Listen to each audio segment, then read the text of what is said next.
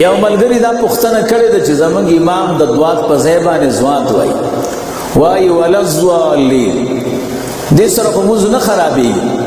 محترمو د دوات په ځای باندې زوی ویل یا زوات خو د ځان نه خلکو لفظ جوړ کړی دی، دې سره مونځ خرابېږي. که مخکې زمانه کې دا سوالونه خلکو کول نو یو مسله وه، اوس الحمدلله اسباب د مواصلات شته. تاسو د حرمینو شریفینو د مشهورو قاریانو قرأتونه واورئ، هغوی زوات نه وایي، هغوی دوات وایي. زمونږ استاسو علاقې کې ثوابۍ والا هغه زوات وایي.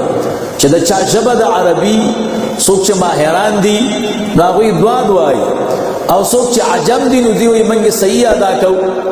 چونکه مسله د قاریانو ده، نو زه به د قاریانو د یو قاري صاحب حواله درکم، علامه سلطان ابن علي القاري، هغه شرح لیکلی ده د فقه الاکبر، دا یو جلد کې ده او صفحه ده 228.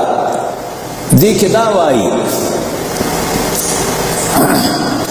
سئل الامام الفضلي عمن يقرأ الضاء المعجمه مكان الضاد المعجمه او يقرأ اصحاب الجنه مكان اصحاب النار او على العكس، فقال لا تجوز امامته ولو تعمد يكفر. سوچ د دوان په ځای باندې زوات وایي، د امامت روانه ده، کدا کار قصدن کوي نو دی ور باندې کافر کیږي. هم دا علامه قاری صاحب لیکلي دي او شرح د فقه اکبر کې 228 صفحه ده، او ما سره چې کومه مکتبه ده، مکتبه فاروقیه محل جنگی پشاور والا چاپ کړی ده.